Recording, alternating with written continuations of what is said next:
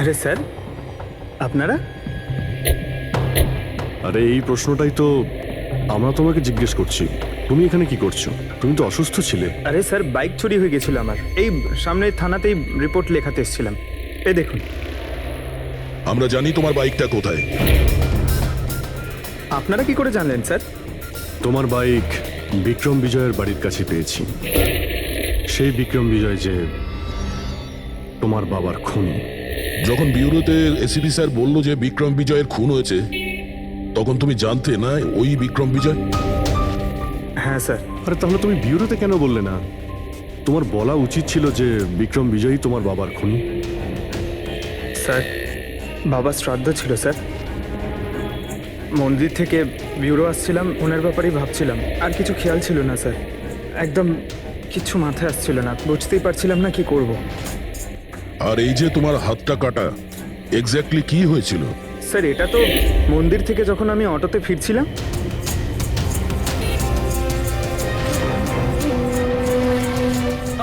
কি হলো স্যার? তাহলে একজন অচেনা লোক আঘাত করে চলে গেল, হ্যাঁ?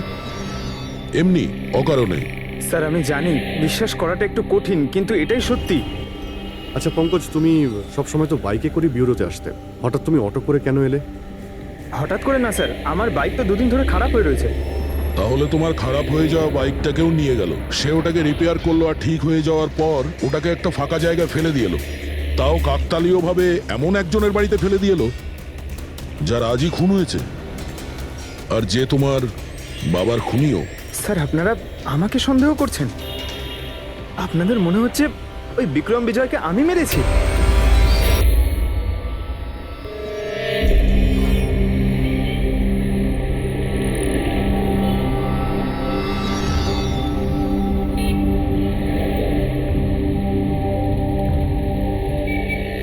যদি এই পঙ্কজ নিজের বাড়ি থেকে বিক্রম বিজয়ের বাড়িতে যায়, তো এখানে এই জাংশন থেকেই গিয়েছে।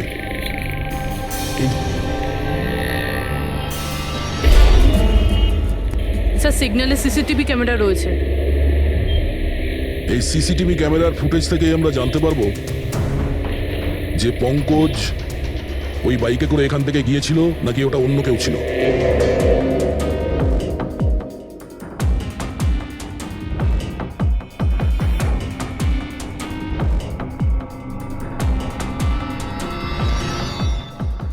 এক মিনিট রিওয়াইন্ড করো, পজ করো। স্যার, এই দেখুন, একে পঙ্কজের মতনই দেখতে লাগছে না? বাইকের নাম্বার হলো XYA4784। স্যার, পঙ্কজের বাইকের নাম্বারও এটাই।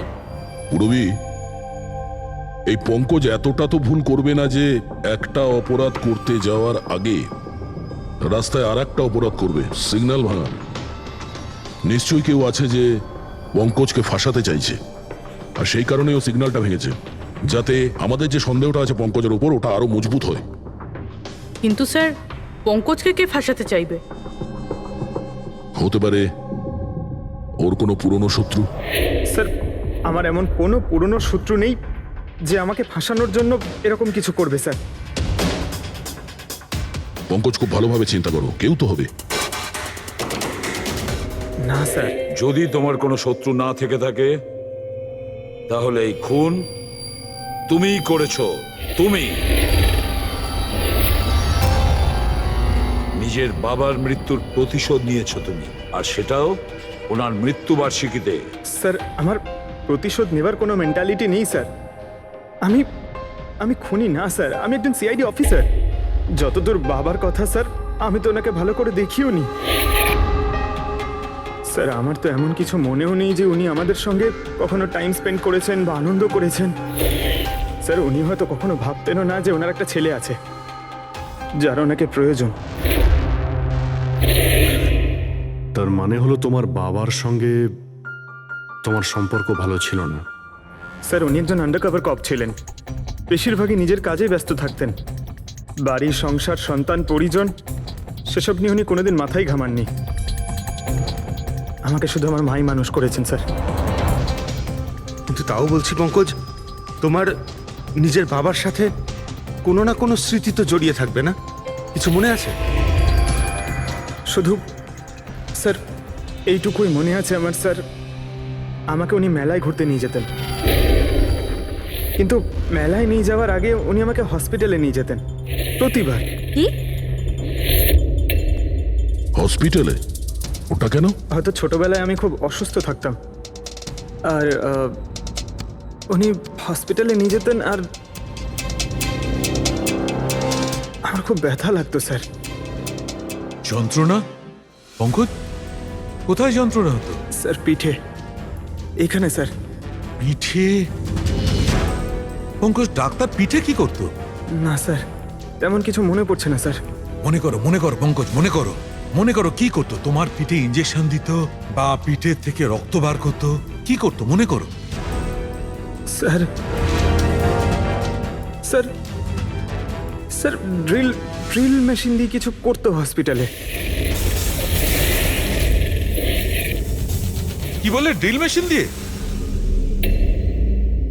আর তারপরে তোমার পিঠে যন্ত্রণা হতো?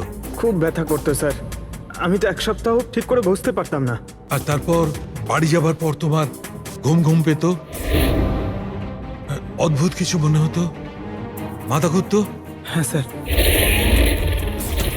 স্যার মেলায় যখন আমি ঘুরতে যেতাম তখন ঘোরের মধ্যে থাকতাম স্যার, সারাক্ষণ মাথাটা ঝিমঝিম করতে আর ঘুরতো স্যার।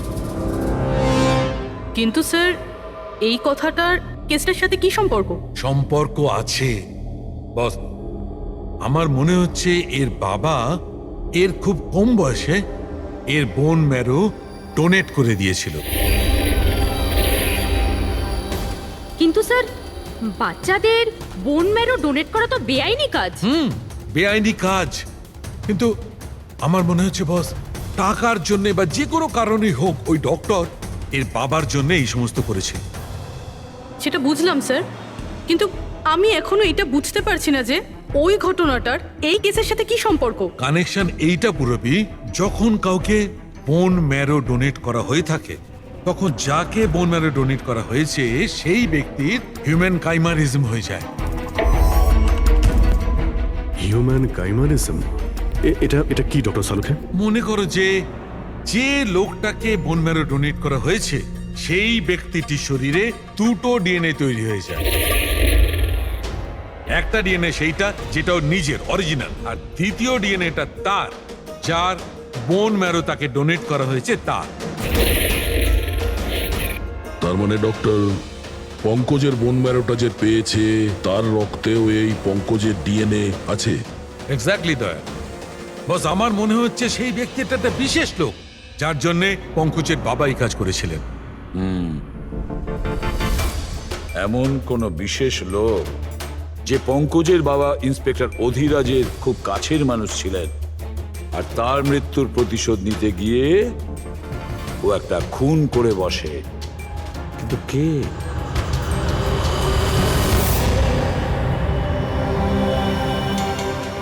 দয়া। Hi sir. Hello Abhijit. Hi Daya, কেমন হ্যালো, আছো? গুড। সরি, আপনাকে এরকম একটা জায়গাতে ডেকে আনতে হলো। অভিজিৎ, যে ইনফরমেশন তোমার দরকার ছিল সেটা না সিআইডি অফিসে দেওয়া যেত না আমার অফিসে। থ্যাংক ইউ স্যার আমাদের সাহায্য করার জন্য। স্যার পঙ্কজ একজন সৎ অফিসার, আর যদি আপনার সাহায্যকে আমরা নিরাপরাধ প্রমাণ করতে পারি। অভিজিৎ, তোমার মনে আছে এক বিপজ্জনক অপরাধী ছিল রাকা, তাকে ধরতে তুমি আমাকে সাহায্য করেছিলে। তা ধরে নাও আমি সেটারই ঋণ মেটাচ্ছি। এসব আপনি কি বলছেন স্যার? অ্যাকচুয়ালি আমাদের পঙ্কজের বাবা ইন্সপেক্টর অধিরাজের ব্যাপারে কিছু ইনফরমেশন চাই, যতটা আপনি দিতে পারবেন। আপনি কাজ করেছেন না ইন্সপেক্টর অধিরাজের সঙ্গে? হ্যাঁ দয়া, অধিরাজ খুবই সৎ ইন্সপেক্টর ছিল আর সাহসীও। আমার তো এটা বলতে গর্ব হয় যে আমরা একসাথে কাজ করেছি। স্যার অ্যাকচুয়ালি আমরা এটাই জানতে চাই যে ওনার আন্ডার কভার মিশনের সময় ওনার সঙ্গে কারো কি কোনো গভীর সম্পর্ক হয়েছিল? আই মিন কোনো নতুন পরিবার, সেরকম কিছু?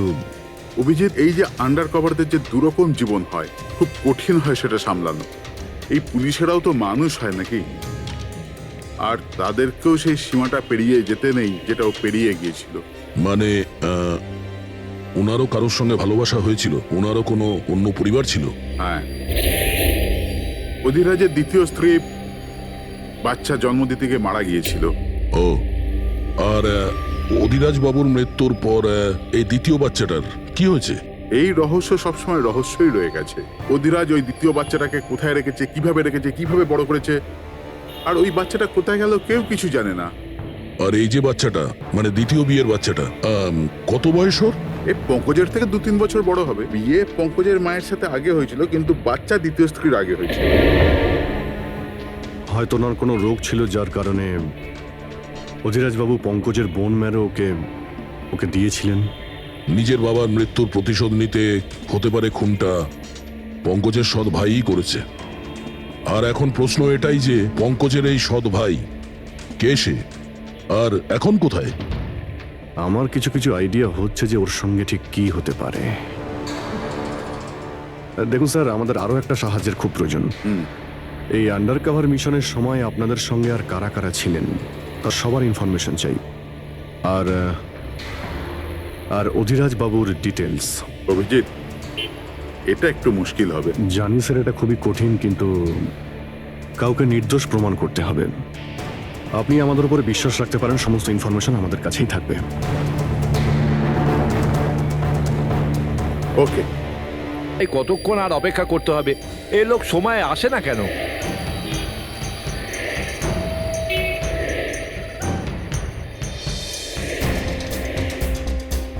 আরে ভাই, আধ ঘন্টা ধরে অপেক্ষা করছি। আজই আমার পুরো টাকা চাই। আজই আমাকে এই শহর ছেড়ে দিতে হবে। তোর হিসাব তো আমি আজ এখনই এই মুহূর্তে করব।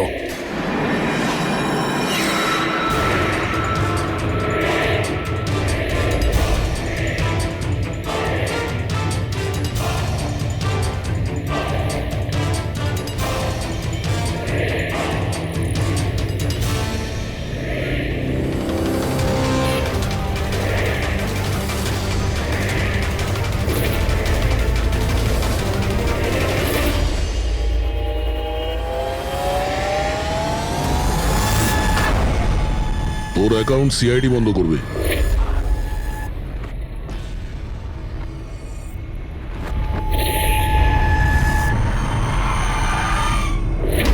বাবার ধার মেটানো প্রত্যেক সন্তানের কর্তব্য,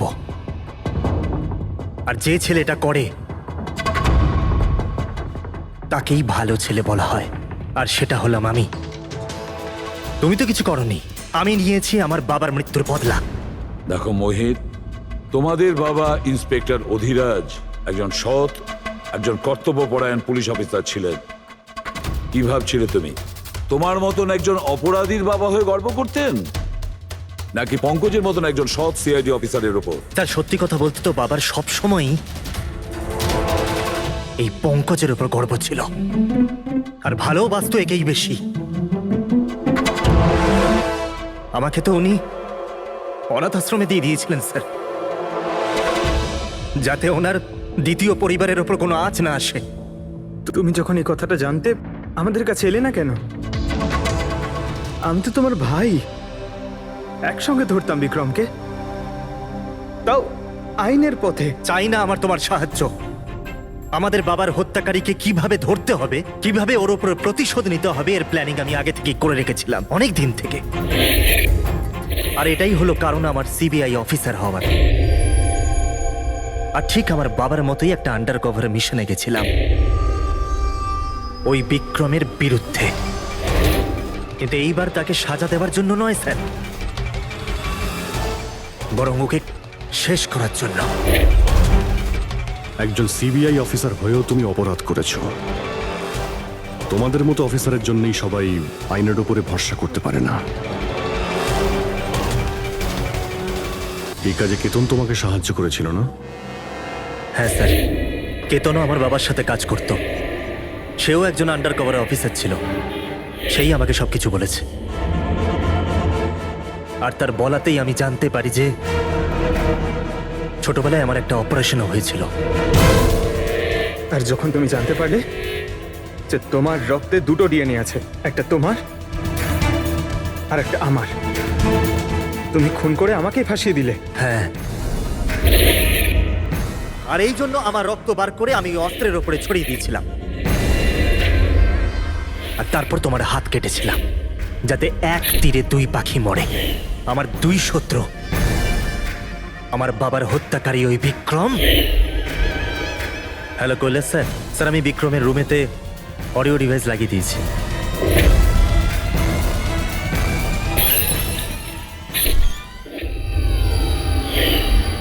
আর তুমি আমাকে এত ঘৃণা করার কারণ কি ভাই? কেন করবো না বলো তো? আজ পর্যন্ত সবকিছু তুমি পেয়েছো। আমাদের বাবার নাম, ওনার ভালোবাসা, ওনার সম্মান, সবকিছু। আর দুঃখের বিষয় তো এটা যে এত কিছু পাওয়ার পরেও তোমার এতটুকু হুঁশ ছিল না যে আমাদের বাবার হত্যাকারী কে। স্যার, আজকে যদি আমি না হতাম তাহলে আমাদের বাবার হত্যাকারী আজও বেঁচে থাকতো এবং ঘুরে বেড়াতো। আর তুমি কি পেলে মোহিত? জেল? আর খুন করে তোমার বাবা কি পেল মরার পরে? লজ্জা? স্যার, একটা প্রশ্ন করতে পারি আপনাকে? আপনারা আমার কাছে পৌঁছলেন কি করে? কারণ আমি এতটুকুও ভুল করিনি সমস্ত প্রমাণ পঙ্কজের বিরুদ্ধে করতে। সেটা তো আমরা জানতাম যে পঙ্কজ এ কাজ কোনোদিন করতে পারে না। আর বাকি রইল তোমার অবধি পৌঁছানোর।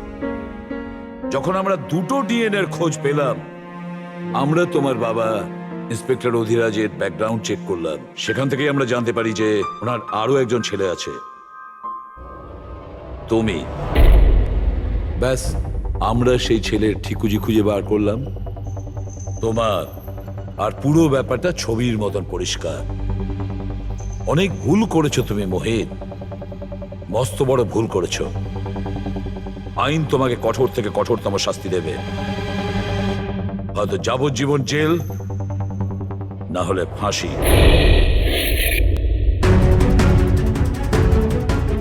ফ্রেডরিক,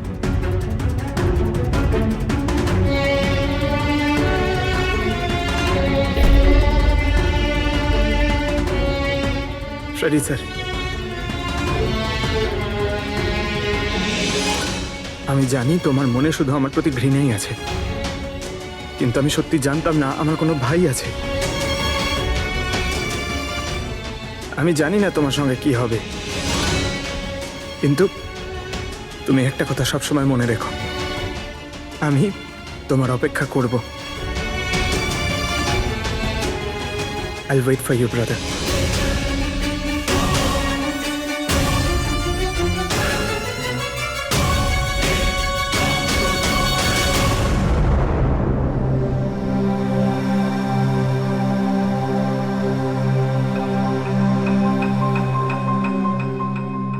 পঙ্কজ, দেখো, তোমার যে ভালো দিকটা আছে না, সেটা কিন্তু বাঁচিয়ে রাখবে খুব ভালো করে। Welcome back to CID. Thank you sir. Sir, I am sorry sir, আপনি ঠিকই বলছিলেন। ইমোশনাল হয়ে আমি স্যার একটু বেশি বলে ফেলেছি। I am sorry. দেখো অভিজিৎ, তোমরা সবাই আমার কাছে শুধু সিআইডি অফিসার নও, তোমরা আমার গর্ব, আমার আত্মবিশ্বাস, তোমরা আমার শক্তি। তোমরা আর এসিবি প্রদ্যুমান আজ পর্যন্ত নিজের শক্তিকে সন্দেহ করেনি, না কোনোদিন করবে। সময় তো সব সময়ই মানুষের পরীক্ষা নেয়, কিন্তু কর্তব্যের পথে চলার সময় যদি নিজের সন্তানের উপরেও গুলি চালাতে হয়, আমাদের হাত যেন না কাঁপে। মনে হচ্ছে এখানে কিছু আছে। এই পাতাগুলো বার করো, পরিষ্কার করো এগুলো। পরিষ্কার করো। হ্যাঁ অভিজিৎ, এখানে একটা গাছ পাওয়া গেছে, মনে হচ্ছে ওর মধ্যে কিছু আছে।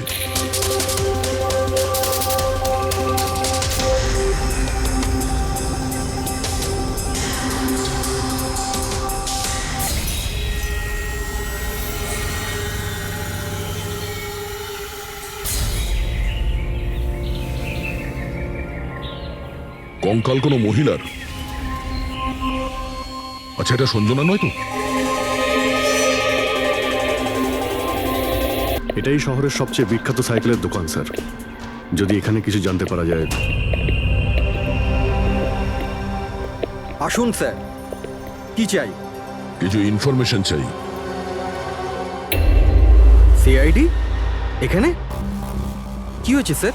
একটু এটা দেখুন, এটা কোনো সাইকেলের টায়ারের দাগ। আপনি কি বলতে পারবেন এটা কোন সাইকেল? আসুন স্যার।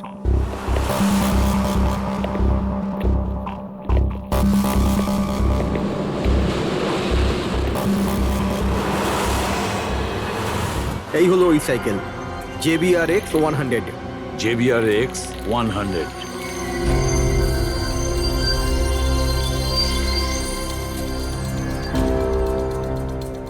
এই দেখুন স্যার, আমি তো প্রথমেই চিনতে পেরেছিলাম।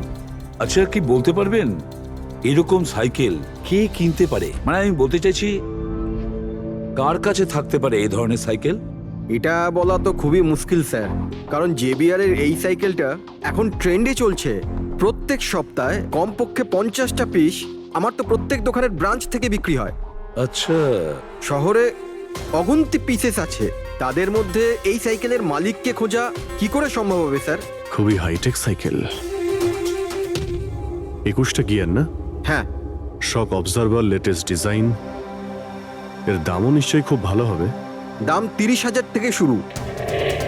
মানে যেই হোক না, সে খুব অবস্থাপন্ন, বড়লোক ঘরেরই হবে। চলো গিয়ে দেখি। Thank you very much.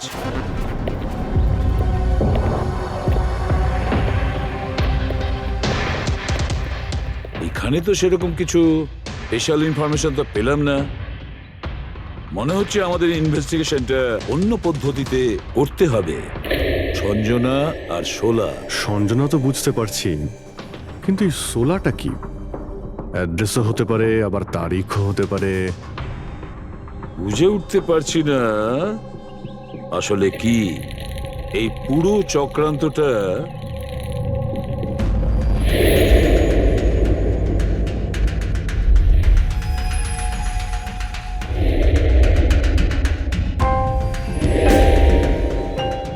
Sir, যেইভাবে এই মেসেজটা লেখা রয়েছে, এই সোলা কোনো তারিখ নয়।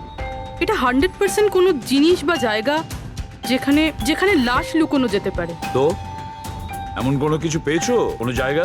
হ্যাঁ স্যার। স্যার, একটা অদ্ভুত জিনিস জানতে পেরেছি। অদ্ভুত? হ্যাঁ স্যার। স্যার, একটা গাছ আছে যেটাকে আদিবাসী ভাষায় সোলা বলে। গাছ? মানে তুমি বলতে চাইছো ঝোপ, ট্রি? হ্যাঁ স্যার। তার মানে গাছের ভিতরে লাশ? স্যার, ইন্টারেস্টিং ব্যাপার এটাই যে এই গাছটা দুর্লভ প্রজাতির, কিন্তু মহারাষ্ট্র আর তার আশেপাশের জঙ্গলে এই গাছটা অনেক পরিমাণে দেখা যায়। তাহলে এই গাছ খোঁজার প্রস্তুতি আমাদের নিতে হবে। স্যার। হ্যাঁ বলো। স্যার, সমস্ত ডেটাবেস চেক করে দেখলাম, প্রায় সব মিলিয়ে 53 সঞ্জনা প্রকাশ আছে। তাদের মধ্যে 13 জন গ্রেটার মুম্বাই এলাকাতে, আর বাকি সবাই শহরে। একটা কাজ করতে হবে অভিজিৎ, এই যে কয়জন সঞ্জনা প্রকাশ আছে না, প্রত্যেকের ডিটেলস বের করো। হতে পারে তাদের মধ্যে কোনো একজন সঞ্জনা প্রকাশের মিসিং পার্সনসে রিপোর্ট লিখিয়েছে পুলিশ স্টেশনে। Yes sir. এই গাছটা পাওয়া যায় না? হ্যাঁ, এতগুলো জঙ্গল আছে এটার। স্যার, এই গাছ তো কয়েকশো আছে। আর স্যার, শুধু জঙ্গলে না, লোকেদের ফার্ম হাউসে তো অবশ্যই থাকবে। তার মানে আমাদের সেই গাছটা খুঁজতে হবে যার মধ্যে লাশ আছে। খুঁজবো কি করে স্যার? এ তো শুধু কঠিনই নয়, বরং অসম্ভব। হ্যাঁ ফেডরিক, ঠিকই বলেছো, ব্যাপারটা অসম্ভব। এতগুলো গাছের মধ্যে থেকে কোনো লাশকে খুঁজে বের করা সত্যিই অসম্ভব। একটা কাজ করি, আমরা এই সমস্ত কাজ ছেড়ে দিই। আর কি হবে, এতগুলো লোক মারা গেছে, আবার মেয়েটাও মারা গেছে, এই তো। শুধু এইটাই ব্যাপার যে একটা খুনি কলার উল্টে ঘুরে বেড়াবে, হতে পারে খুনের পর খুন করে বেড়াবে। আরে না স্যার। না স্যার মানে কি? যখন তুমি সিআইডিতে জয়েন করেছিলে তখন কি শপথ করেছিলে? আইনকে রক্ষা করবে এরকম শপথ নিয়েছিলে? মানুষকে ন্যায় বিচার দেবে কথা বলেছিলে? তাহলে তোমার মুখ থেকে অসম্ভব শব্দটা বেরোলো কি করে? শোনা মুশকিল, অসম্ভব। এই শব্দগুলো যেন কোনোদিন তোমার মুখ থেকে না শুনি। স্যার আমার মনে হয় যে আমরা যদি কিছু প্ল্যানিং করে শুরু করি তো তাহলে এই ব্যাপারটা অনেক সহজ হবে। হ্যাঁ স্যার, এই শোলা গাছ যে এরিয়ায় আছে সেই জায়গাটা তল্লাশি নিচ্ছি। সব থেকে আগে ওই এরিয়াতে যেগুলো শহরে আছে। একটা কাজ করি আমরা, ফরেস্ট ডিপার্টমেন্ট থেকেও আমাদের হেল্প নিতে হবে। আমরা আলাদা আলাদা গ্রুপ করে সার্চ অপারেশন করব।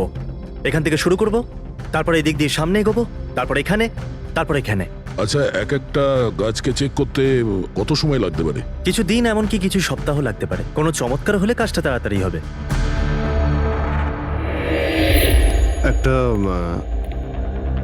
একটা কথা বলুন, সোলার গাছ সবকটার মধ্যে কি এরকম গর্ত থাকে?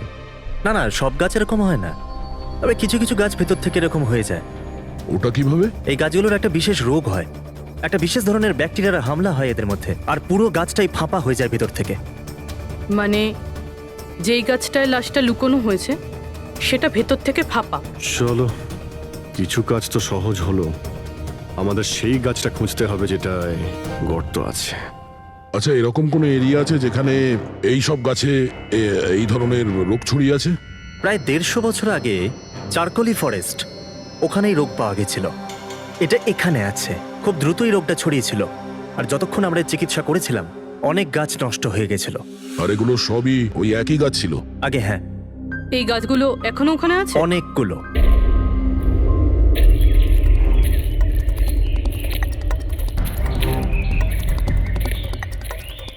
স্যার, এটাই ওই জায়গা যেখান থেকে আমরা আলাদা আলাদা গ্রুপে ডিভাইড হয়ে যাব আর তারপর সার্চ করব।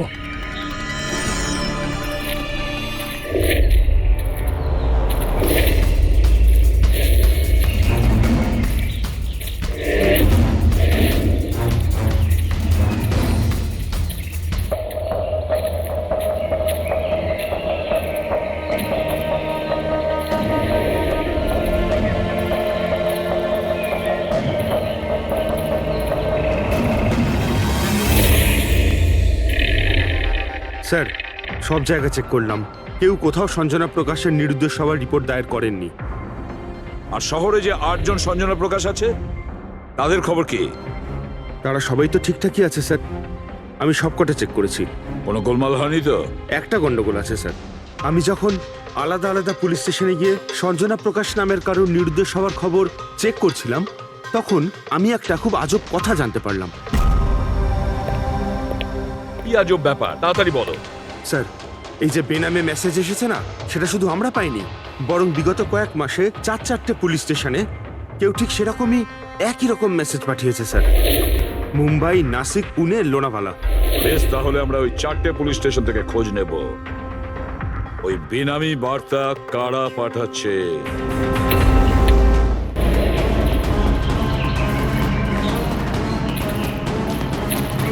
অন্ধকার হয়ে আসছে, আমার মতে আমাদের ফিরে যাওয়া উচিত। রাত্রিবেলা জঙ্গলের ভিতরে ঘোরাফেরা করা উচিত নয়। বলুন, আর কিছুটা সময়, 10টা মিনিট দেখি, তারপর ফিরে যাব।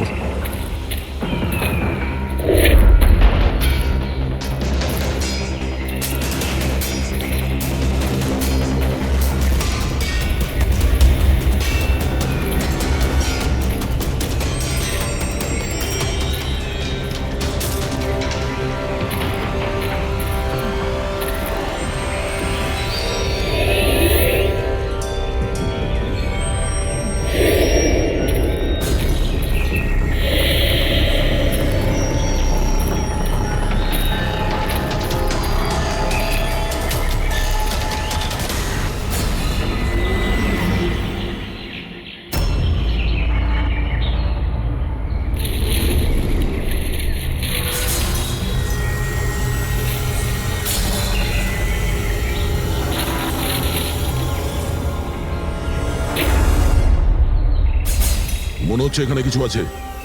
এই পাতাগুলো বার করো, পরিষ্কার করো, এগুলো পরিষ্কার করো। হ্যাঁ অভিজিৎ, এখানে একটা গাছ পাওয়া গেছে, মনে হচ্ছে ওর মধ্যে কিছু আছে।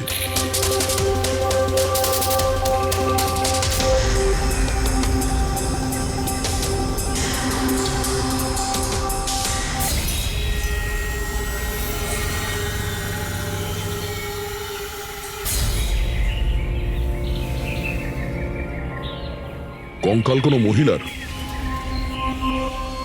আচ্ছা, এটা সঞ্জনা নয় তো?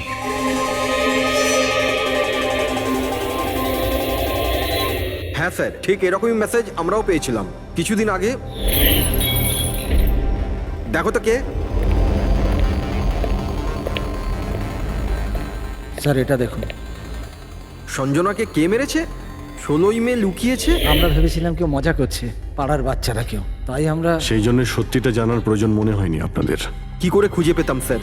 না কোনো লিড ছিল, না কোনো সঞ্জনার মিসিং রিপোর্ট, না কোনো লাশ পেয়েছিলাম স্যার।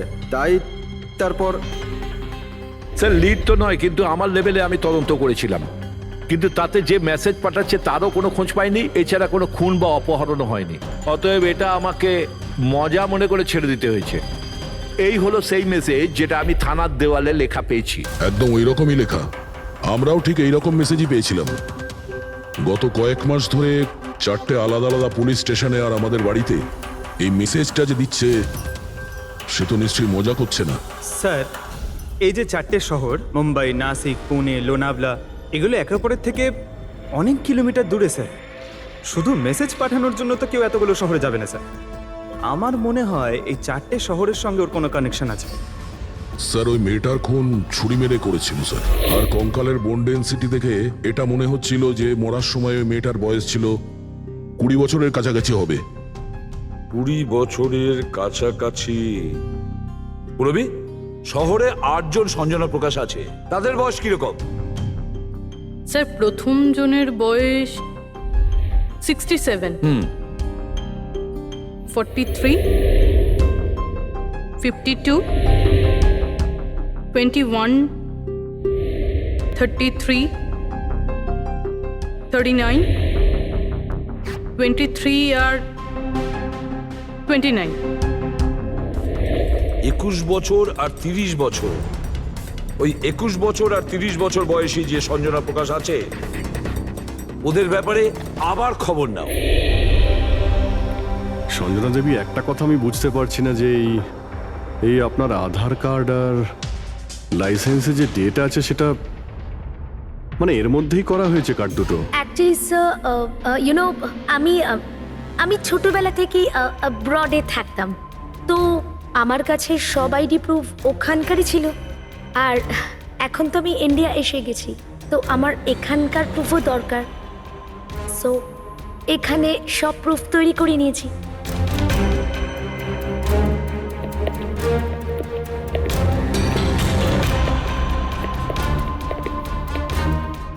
স্যার, এই সাইকেলটা দেখুন।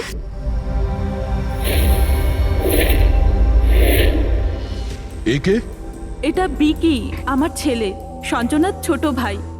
কোথাও দেখতে পাচ্ছি না তো। কোথায় ভিকি? ও আমি ওকে নিয়ে আসছি স্যার। স্যার, আপনাদের কাছে একটা রিকোয়েস্ট ছিল, বিকিকে একটু কম প্রশ্ন করবেন। কি বলুন তো, ও অচেনা মানুষ দেখলে ভয় পায়, ওর অটিজম আছে।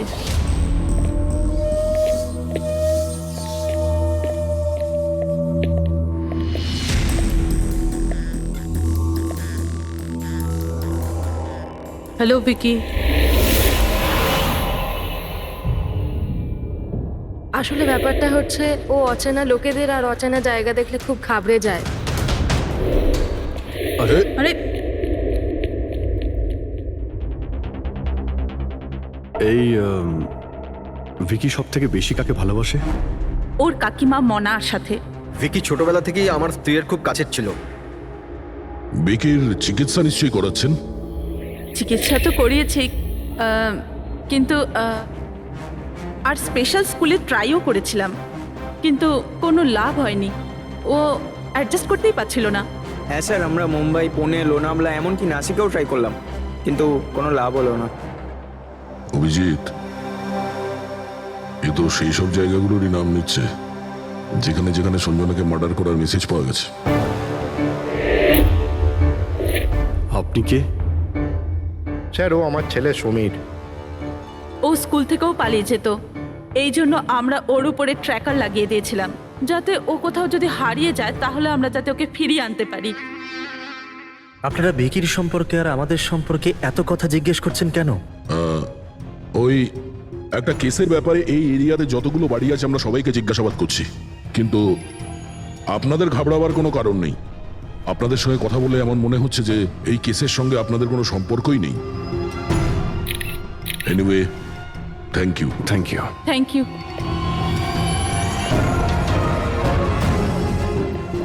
চলো এখান থেকে। সঞ্জনাকে দেখে ঠিক লাগলো না, খোঁজ নিতে হবে। স্যার, এটা এজ প্রোগ্রেশন সফটওয়্যার। এটার মাধ্যমে আমরা এটা জানতে পারবো যে এই 5 বছরের বাচ্চাটা 22-23 বছর বয়সে কেমন দেখতে হবে। স্যার, এই দেখুন।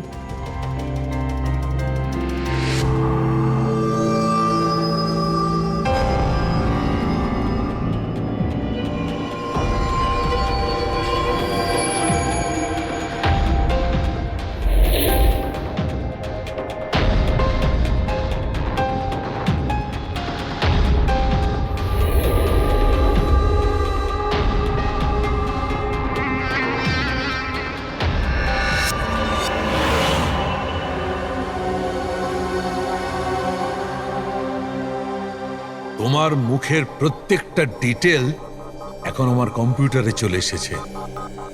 এক্ষুনি জানা যাবে যে তুমি দেখতে কেমন।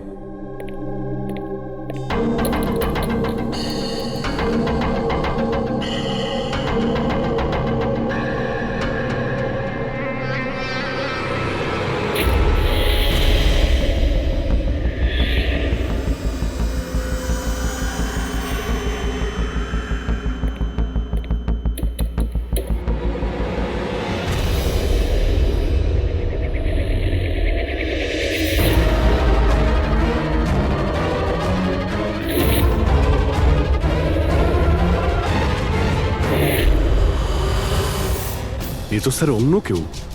এই হলো আসল সঞ্জনা প্রকাশ। আমরা যাকে পেয়েছিলাম সে অন্য কেউ। তার মানে খুনি সঞ্জনাকে মেরে তার জায়গায় অন্য কাউকে সঞ্জনা বানিয়ে প্ল্যান করেছে। সঞ্জনা প্রকাশ। এই নাটকটা বেশি দিন করা যাবে না। সিআইডি লোকগুলো তো বাড়িতে এসে গেছিল। কাল যদি কোনো একটা স্টেপ নেয় তখন কি হবে? আর আর যদি একটুও সন্দেহ হয় না, তাহলে তো আমিই ভেসে যাব। তুমি এই প্রসঙ্গে কাউকে কিছু বলনি তো? না, আমি এই ব্যাপারে কাউকে কিচ্ছু বলিনি, কিন্তু আমি এই সমস্ত কিছু বেশি দিন কিন্তু করতে পারবো না। হ্যাঁ, আমার খুব ভয় করছে আর আমি এখান থেকে চলে যেতে চাই, ব্যাস। ঠিক আছে রিল্যাক্স। নিজের বাড়িতে বলো যে তুমি একটা ট্রিপে যাচ্ছ আর নিজের জিনিসপত্র নিয়ে বাইরে বেরিয়ে পড়ো। কিন্তু কিন্তু আমি যাবোটা কোথায়? সেটা তুমি আমার উপরে ছেড়ে দাও। নিজের জিনিসপত্র গোছাও আর সেই জায়গাটায় দেখা করো ঠিক 4টায়। ঠিক আছে।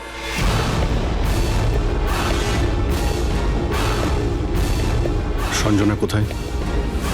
স্যার, সঞ্জনা? স্যার শুনুন না স্যার, কোথায়? ডাকছি স্যার। আপনারা এখানে? আমরা সঞ্জনাকে গ্রেপ্তার করতে এসেছি। কি?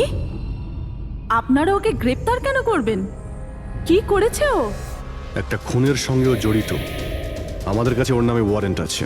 না না ইন্সপেক্টর স্যার, আপনার কিছু ভুল হচ্ছে। আমার মেয়ে এরকম করতে পারে না। ইন্সপেক্টর স্যার, অনেক বছর পর আমি আমার মেয়েকে পেয়েছি। আমি তাকে আর হারাতে চাই না। আর হারাতে চান না মানে? সঞ্জনা 8 বছরের ছিল, তখনই আমার আর আমার স্বামীর বিচ্ছেদ হয়। সঞ্জনাকে নিয়ে আমার স্বামী ইউএস চলে যায়। তারপর কখনোই আমি আর সঞ্জনাকে দেখতে পাইনি। এই কিছু মাস আগেই ওনার মৃত্যু হয়। আর আমার সঞ্জনা আমাকে ফোন করে যে মা, আমি তোমার কাছে যেতে চাই, ফ্যামিলির সঙ্গে থাকতে চাই। খুব মুশকিলের মধ্যে দিয়ে আমি সঞ্জনাকে পেয়েছি। ওকে গ্রেপ্তার করবেন না। আই এম সরি, কিন্তু সঞ্জনাকে তো আপনি আগেই হারিয়েছেন। সঞ্জনাকে খুন করা হয়েছে। আর যে আপনার মেয়ে সেজে এখানে রয়েছে সে একজন বহুরূপী। সঞ্জনা সেজে এখানে রয়েছেও।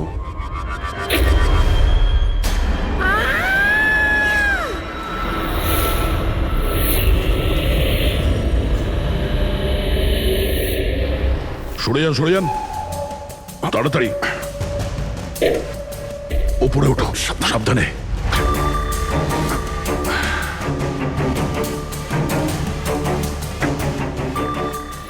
She is dead. Oh no.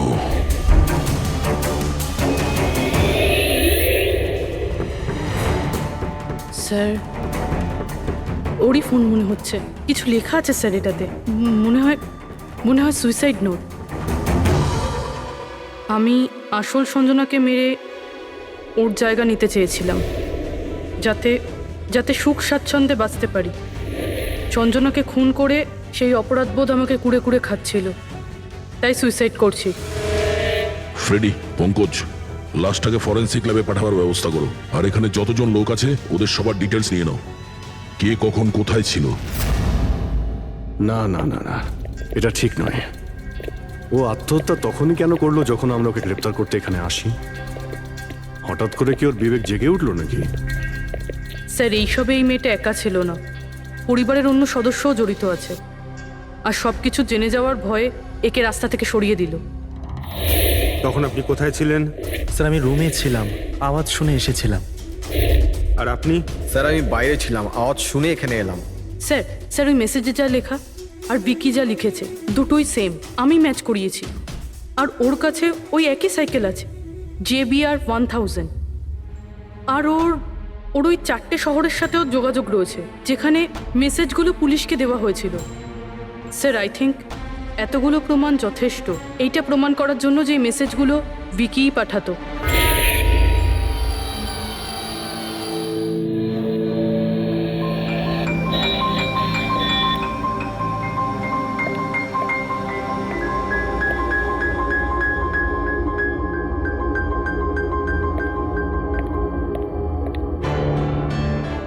ভয় পেও না বাবা, দেখো কে এসেছে, তোমার বন্ধু হয় বাবা, তোমার সাথে কথা বলতে চায়। আমি তো আছি তোমার সাথে, ভয় পেও না বাবা। ভিকি, তোমার মা বললো যে তোমার নাকি প্লেন খুব পছন্দ, হ্যাঁ? আরে বাহ, তোমার কাছে তো অনেকগুলো প্লেন আছে দেখছি। তুমি আমাকে দেখাও প্লিজ, প্লিজ প্লিজ আমাকে দেখাও না প্লিজ। দেখাও দেখাও বাবা, হ্যাঁ? দেখাও। আরে বাহ, এটা? আরে তার আগে আমি তোমায় কিছু দেখাতে চাই, তোমার জন্য গিফট নিয়ে এসেছি। দেখো, নিয়ে এটা নাও। খুব সুন্দর, তোমার পছন্দ হবে। দেখো,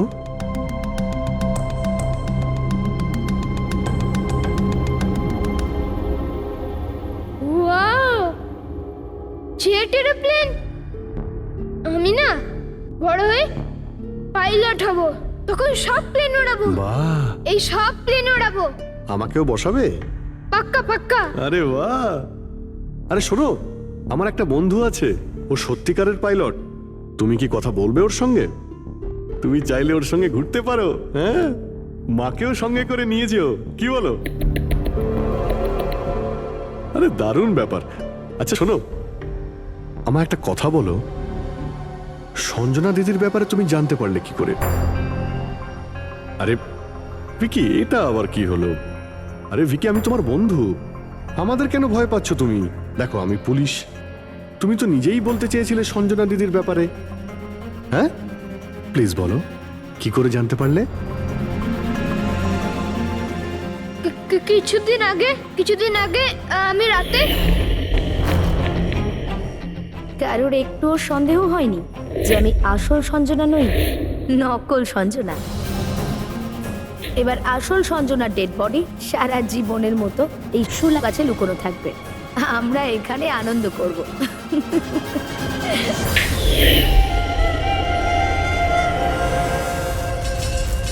আমাদের আন্দাজ ঠিকই ছিল, এই নকল সঞ্জনার সঙ্গে আরো কেউ যুক্ত ছিল, আর হতে পারে ওর খুন করে দিয়েছে। হ্যাঁ পুরবি,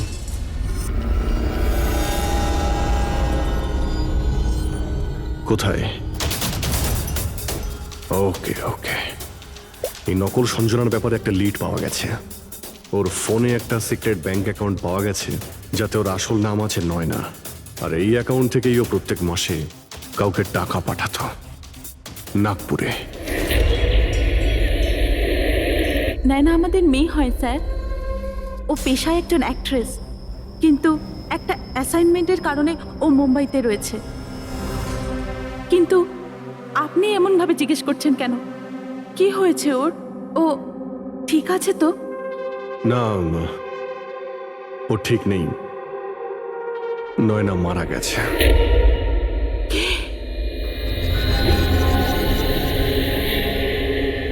না, ও মরতে পারে না।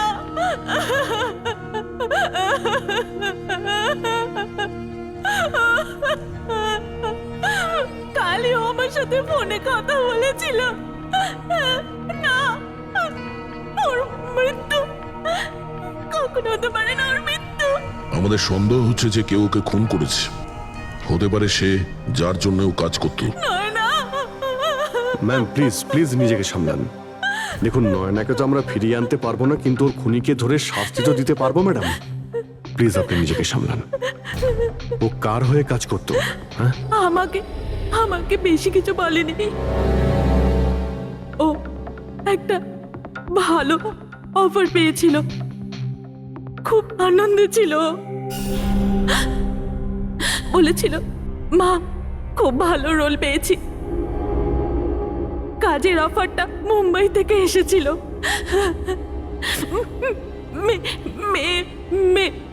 মে মাসেই ছিল। মে মাস?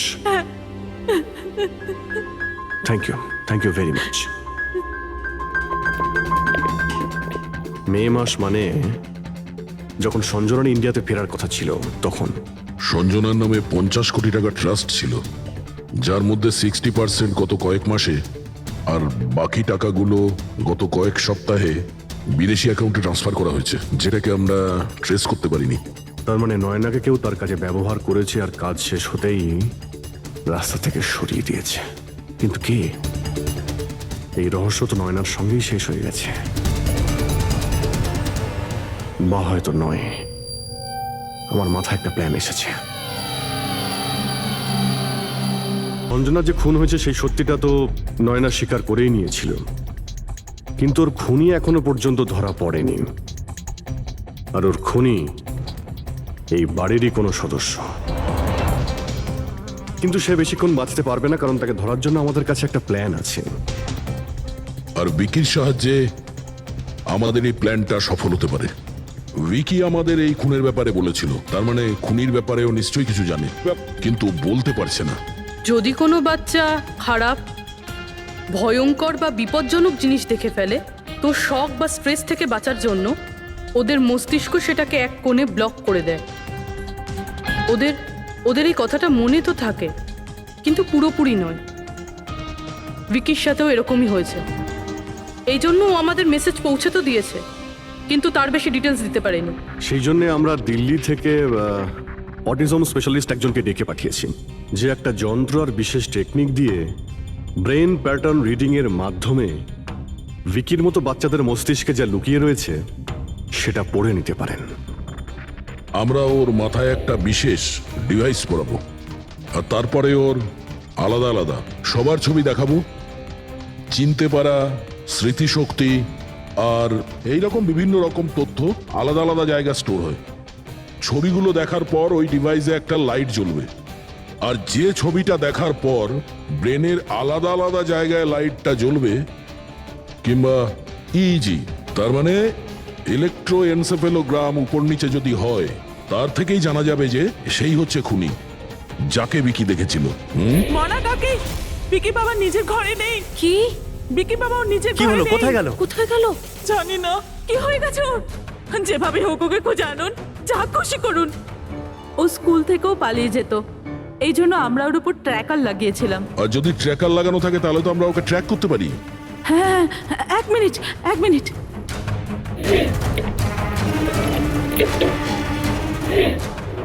স্যার, ট্র্যাকিং ডিভাইস ড্রয়ারে নেই।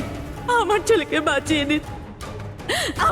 বাঁচিয়ে নিন, যেভাবে হোক ওকে আমার কাছে এনে দিন। আপনি একদম ভয় পাবেন না, ওর কিছুই হবে না। স্যার, যেই খুনি হোক, এই ট্র্যাকিং ডিভাইসটা তার কাছেই আছে।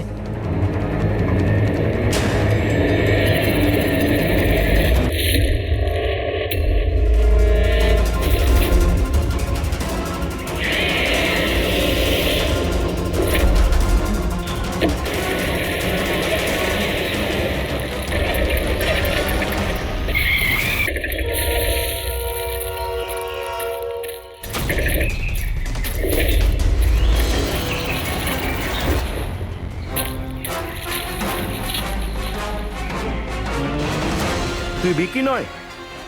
তাহলে বিকি কোথায়?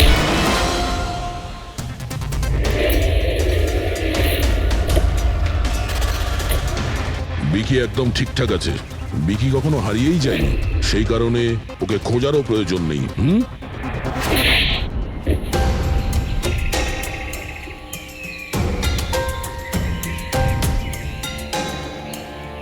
তুই তো একটা বোরে, মানে সৈনিক।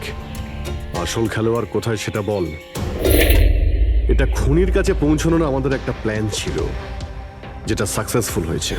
তাই এখন শুধু এই একটাই উপায় আছে খুনিকে ধরার জন্য। প্রথমে বিকির সাহায্যে ওর কাছে পৌঁছানোর কথা বলবো, আর তারপর বিকির নিখোঁজ হয়ে যাওয়ার খবর দেব। খুনি ভয় পাবে, আর সেই কারণে ও ট্র্যাকিং ডিভাইসের সাহায্যে বিকিকে খোঁজার চেষ্টা করবে। কিন্তু ও বিকি হবে না, আমাদের কোনো লোক থাকবে, ঠিক আছে? ঠিক আছে। এই প্ল্যানের সাহায্যে আমরা তো খুনিকে পেয়ে গেছি, কিন্তু ও তো শুধুমাত্র বোড়ে ছিল। আসল মাস্টারমাইন্ড অন্য কেউ। আর সেখানেই আছে, এই ঘরের মধ্যে।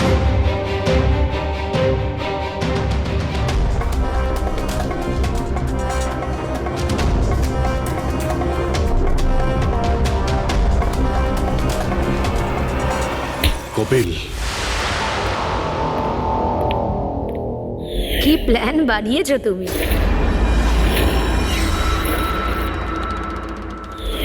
তুই নিজের কুর্তুতো বোনকে মেরে ফেললি।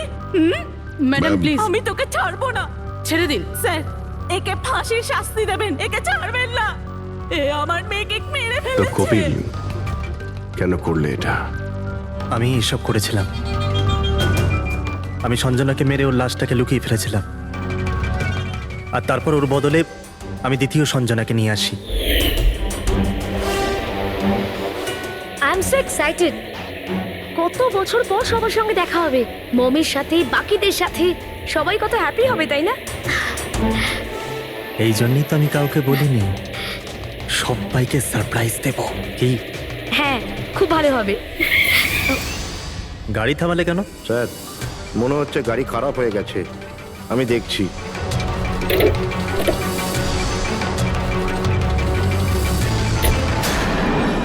ভাই, এখান থেকে কত দূর আমাদের বাড়ি?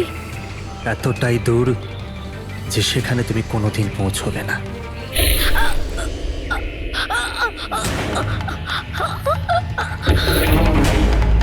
তারপর আমরা সঞ্জনা লাশটাকে ওই শোলার গাছেতে লুকিয়ে দিয়েছিলাম। তারপর নয়না, যে একজন অ্যাক্ট্রেস, তাকে আমি সঞ্জনার বদলে এই বাড়িতে নিয়ে এসেছিলাম, যাতে সঞ্জনার নামে যে লাখ টাকা ট্রাস্ট আছে সেটা আমরা পেয়ে যাই। আর শুধু টাকাই নয়, বরং সঞ্জনার আসার আগে যে সম্পত্তি ছিল সেটা আমাদের নামে ছিল। কিন্তু যেই সঞ্জনা এলো, আমাদের ভাগ কমে গেল। এই জন্যই আমি স্যার প্ল্যানটা করেছিলাম। স্যার, সবকিছু ঠিক চলছিল, কিন্তু যেই আপনারা এলেন, নয়না ঘাবড়ে গেছিল, আর আমি ভাবলাম যে কিছু গড়বড় না করে দেয় ও। এই জন্য আমি নয়নাকেও মেরে দিয়েছিলাম।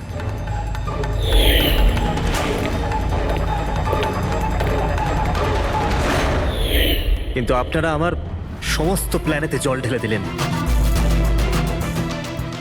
এতক্ষণ তো শুধু জলই ঢেলেছি। তোমার অপরাধের শাস্তি এখনো বাকি আছে। নিয়ে যাও ওকে। যা। Vicky, thank you Vicky, thank you very much. যদি তুমি না থাকতে তাহলে সঞ্জনার খুনিকে ধরতেই পারতাম না। তুমি খুব সাহসী। হ্যাঁ, থ্যাংক ইউ ভেরি মাচ।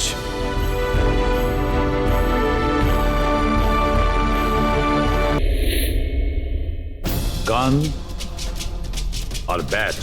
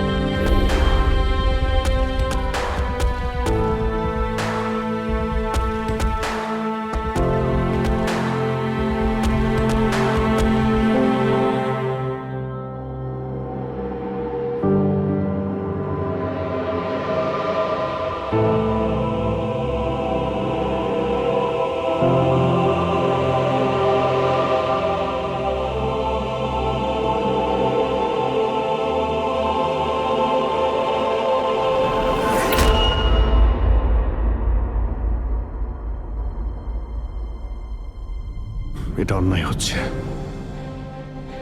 এটা খুবই অন্যায় হচ্ছে। নো অফেন্স স্যার, কিন্তু আপনি আপনি সবসময় আমাদের উপরে এইভাবে সন্দেহ করতে পারেন না স্যার। এটা তুমি কি বলছো অভিজিৎ? কি ভুল বললাম আমি? যখনই কোনো সিআইডি অফিসারকে মিথ্যে ব্লেম দেওয়া হয়েছে, আপনি আমাদের উপর কখনোই ভরসা করেন না। এটা তুমি কি বলছো অভিজিৎ? আমি তোমার কাছে এটা আশা করিনি। স্যার, আমাদেরও আপনার কাছে কিছু আশা থাকে স্যার। আপনার একটা ইশারায় আমরা যে কোনো মুহূর্তে জীবন দিতে প্রস্তুত থাকি। তাহলে এটুকু আশাও কি অন্যায় যে আপনি খারাপ সময় আমাদের পাশে থাকবেন, আমাদের আপনি সহযোগিতা করবেন? তোমাদের আমি সহযোগিতা করি না? সত্যিটা জানার চেষ্টা করিনি? সত্যিটা জানার চেষ্টা করে অনেকবার আপনি আমাদের আত্মসম্মানে আঘাত করেছেন স্যার। আমাদের দায়িত্ব আর কর্তব্যকে আপনি সন্দেহ করেছেন। যখন আমাকে মিথ্যে অপবাদ দেওয়া হয়েছিল, আপনি আমার উপরে ভরসা করেননি স্যার। আর যতক্ষণ পর্যন্ত অভিজিৎ নিজেকে নির্দোষ প্রমাণিত করছে, ওকে জেলেই থাকতে হবে। যখন দয়াকে মিথ্যে অপবাদ দেওয়া হয়, তখন ওকেও আপনি ভরসা করেননি স্যার। কিন্তু হয়তো আপনি একটা কথা ভুলে গেছেন, একবার আপনাকেও এরকম মিথ্যে অপবাদ দেওয়া হয়েছিল স্যার।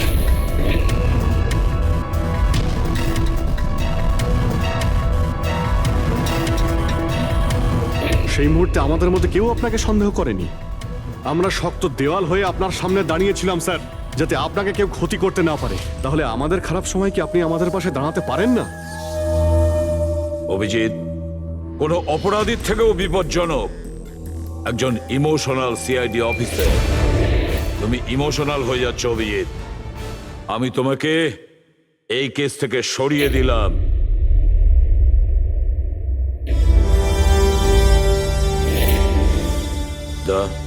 পুরবি, আজ থেকে পঙ্কজের কেস তোমরা দুজন ইনভেস্টিগেট করবে, শুধু শুধু তোমরা দুজনে। ঠিক আছে স্যার। এখন আমার উপরে আপনার এতটুকুও ভরসা নেই যে কেসটাকে আমি নিউট্রাল ভাবে দেখতে পারবো কিনা।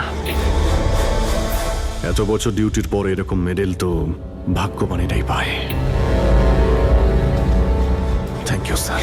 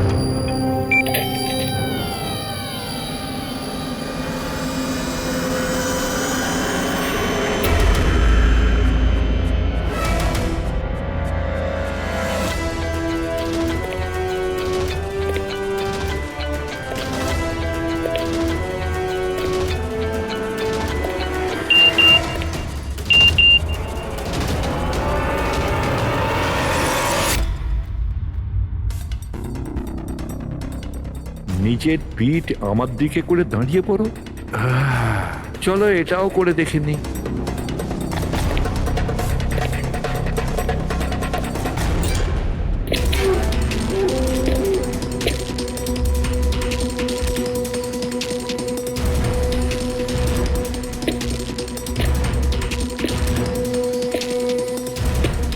আপনি এসে গেছেন স্যার।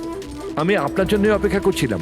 ওইখানে আপনার ফাইলটা আছে, ওখানে পুরো ফাইন্যান্সিয়াল প্ল্যান পড়ে আছে এবং আমার স্থির বিশ্বাস যে আপনার খুব পছন্দ হবে।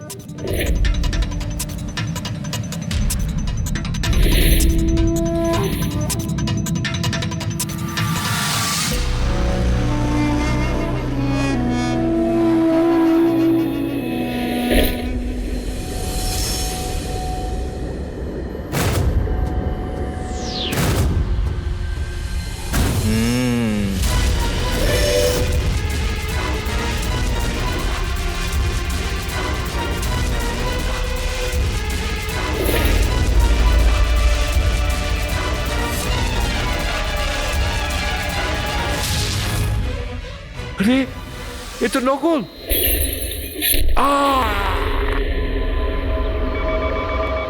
Hello, ACP Pradyuman here. What?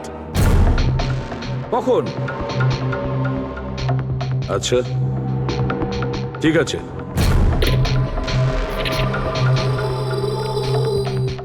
দয়া, অভিজিৎ, বিক্রম বিজয় খুন হয়েছে।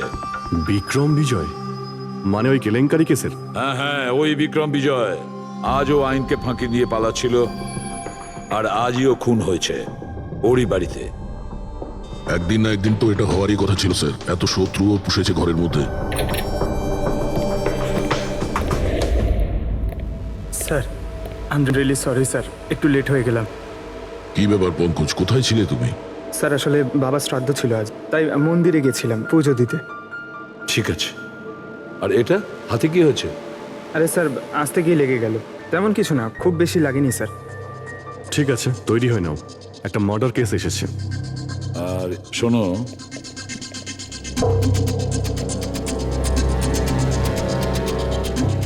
কার আবার মার্ডার হলো? বিক্রম বিজয়।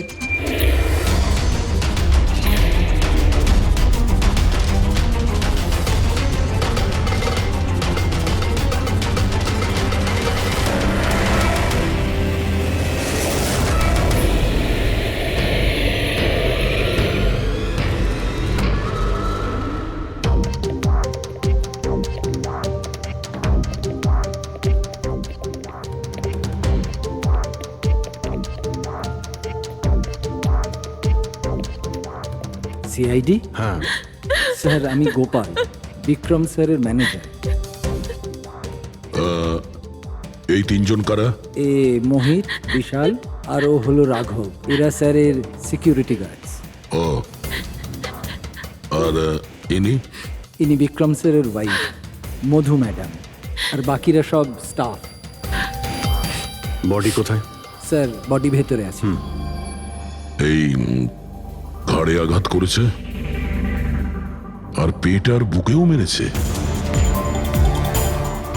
খুনি এটা শিওর হতে চেয়েছিল যে কোনোভাবেই যেন এ বেঁচে না যায়।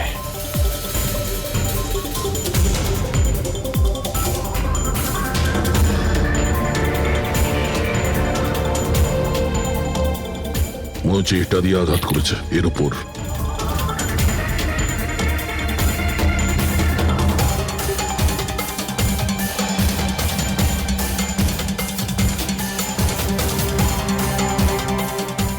বিক্রমের ফোনে শেষ মেসেজটা কোনো আননোন নাম্বার থেকে এসেছিল, নিজের পিঠ আমার দিকে করে দাঁড়াও। পিঠ আমার দিকে মানে ওই লোকটা কি একে নিজের মুখ দেখাতে চাইনি নাকি?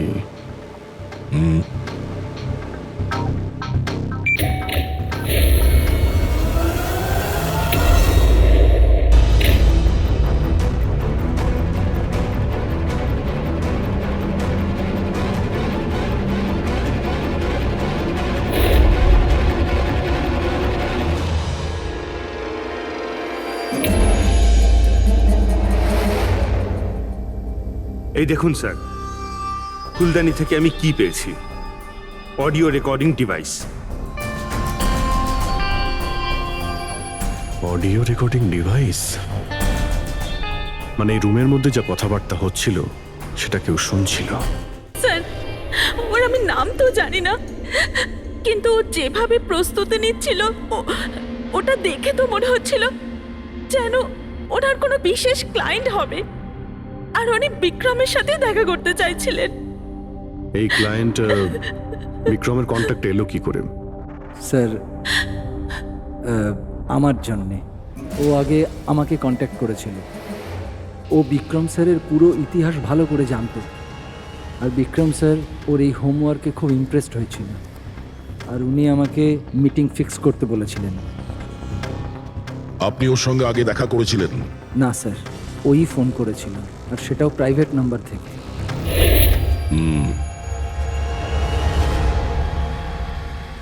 তাহলে আপনারা মিটিং এর আগে সবকিছু দেখে নিয়েছিলেন? হ্যাঁ হ্যাঁ স্যার। ওই রুমটা খুব ভালো করে চেক করে নিয়েছিলেন তো? হ্যাঁ। তাহলে এই অডিওর রেকর্ডিং ডিভাইস এটা রুমের মধ্যে এলো কি করে? স্যার এটা কোথায় ছিল? ফ্লাওয়ার পটের মধ্যে। ফ্লাওয়ার পটে? ওটা তো তুই চেক করেছিলিস না মোহিত? আমি চেক করেছিলাম স্যার, কিন্তু আমি এটা ফ্লাওয়ার পটে দেখতে পাইনি। দেখতে পাননি? আগে না। আচ্ছা, কিভাবে তুমি দেখলে না? ব্যুরো চলো, ওখানে সবাই খুব ভালোভাবে দেখতে পায়।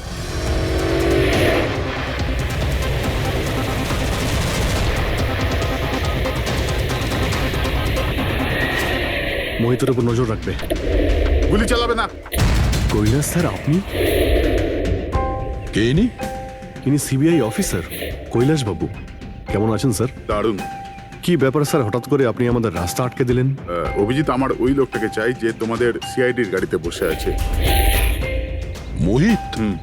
ও ও আমাদের অপরাধী স্যার, ওকে আমরা ব্যুরোতে নিয়ে যাচ্ছি ইন্টারোগেট করার না জন্য। অভিজিৎ, ও অপরাধী নয়, ও একজন সিবিআই অফিসার। কি বলছেন আপনি? এই মোহিত সিবিআই অফিসার? কিন্তু স্যার, এ তো ওই বিক্রমের ওখানে গার্ডের চাকরি করছিল। দেখাবার জন্য, সত্যিটাকে লুকোবার জন্য। কিরকম সত্যি স্যার? মোহিত একজন আন্ডার কভার। ও আমার কথাতেই ওখানে ডিউটি করছিল, আর আমার কথাতেই ও বিক্রমের ওখানে রেকর্ডিং ডিভাইসটা লাগিয়েছিল। আর এই কারণে কিছুই বলতে হচ্ছিল না। আন্ডার কভার, মরে যাবে কিন্তু প্রোটোকল ভাঙবে না। না ঠিক আছে স্যার, ওই অ্যাকচুয়ালি কিছু জিজ্ঞাসাবাদ তো করতেই হবে, খুনের ব্যাপার তো, জাস্ট জেনারেল জিজ্ঞাসাবাদ। আর আমরা ওই অডিও রেকর্ডিংটা পেতে পারি স্যার? আমরা জানতে চাই যে খুনি আর বিক্রমের মধ্যে কি কথা হয়েছে।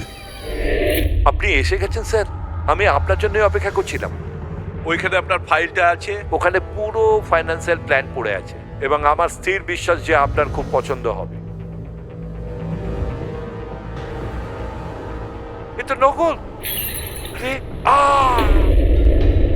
মনে হচ্ছে এই বিক্রম বিজয় খুনিকে চেনে, সেই কারণে খুনি ওকে নিজের মুখ দেখতেই দেয়নি। আর যখন বিক্রম জানতে পারে যে যে টাকাগুলোকে দেওয়া হয়েছে সেগুলো নকল, তখন সে বিক্রমকে খুন করে আর ব্যাগ নিয়ে চলে যায়। একটা কাজ করি আমরা, এই মোহিতকে, আন্ডার কভার পুলিশকে কিছু জিজ্ঞাসাবাদ করি। আই এম সরি স্যার, এই কেসটা এখনো বন্ধ হয়নি। এই জন্য আমি যদি আপনাদের এর থেকে যদি কিছু বেশি বলি তাহলে প্রোটোকল ভাঙা হবে, হুইচ আই ডোন্ট ওয়ান্ট। দেখো মোহিত, আমি তোমার প্রোটোকলকে রেসপেক্ট করি। এমন তো কিছু পেয়েছো তোমার ইনভেস্টিগেশন চলাকালীন যেটা হয়তো তোমার প্রোটোকলের মধ্যে পড়ে না, আর সেই জন্য তুমি আমাদের কিছু বলতে পারো। কিছু তো একটা বলবে যে সূত্র ধরে আমরা খুনি পর্যন্ত পৌঁছতে পারি। আমি আপনাদের শুধু এটা বলতে পারি যে গত কয়েক বছর ধরে সিবিআই এই বিক্রমের পিছনে পড়েছিল। আজ থেকে 15 বছর আগে, সাল 2002-তে সিবিআই এক আন্ডার কভার অফিসারকেও বিক্রমের পিছনে লাগিয়েছিল কিছু বিশেষ প্রমাণ জোগাড় করতে, কিন্তু কিছু পাওয়া যায়নি। আর আনফর্চুনেটলি আমাদের এই অফিসার মারা যান।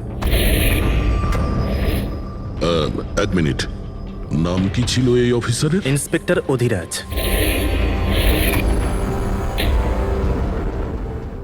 ইন্সপেক্টর অধিরাজ? এই বোতলে যে রক্তটা আছে, এই রক্তে বিক্রমের ডিএনএ ছাড়াও অন্য কারো ডিএনএ আছে। বিক্রমের ডিএনএ ছাড়াও অন্য কারো ডিএনএ আছে? তুমি বলতে চাইছো অন্য কেউ ছিল? কে ছিল সালুকে? ক্রিমিনাল ডাটাবেসের সঙ্গে কম্পেয়ার করে দেখেছিলে, ম্যাচ করে দেখেছিলে তুমি? তার দরকার পড়েনি। প্রয়োজন ছিল না কি বলছো সালুকে? সেটা কার ডিএনএ? ওই ডিএনএ পঙ্কজের। হোয়াট? ওই ডিএনএ পঙ্কজের? আমাদের পঙ্কজের? আমাদের পঙ্কজের। এটা কি করে হতে পারে? সিআইডি অফিসার হলো পঙ্কজ। সিআইডি অফিসার পঙ্কজ খুন করতে পারে? আমাদের একজন অফিসার খুনি? কিন্তু স্যার, পঙ্কজ কেন খুন করতে যাবে? সেটাই তো, সিআইডি অফিসার কেন খুন করতে যাবে? স্যার, বিক্রমের বাড়ির থেকে 1 কিলোমিটার দূরে পুলিশ একটা বেবারিশ মোটরসাইকেল পেয়েছে স্যার। কার মোটরসাইকেল ছিল ওটা? স্যার, ও পঙ্কজের ওটা।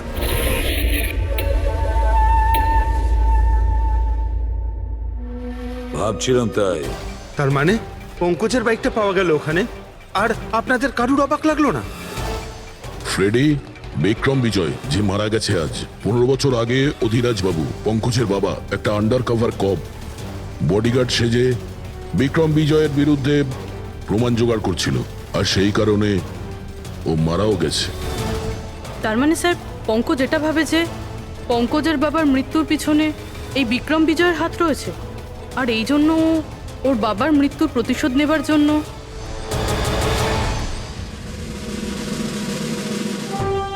পঙ্কজ এখন কোথায়?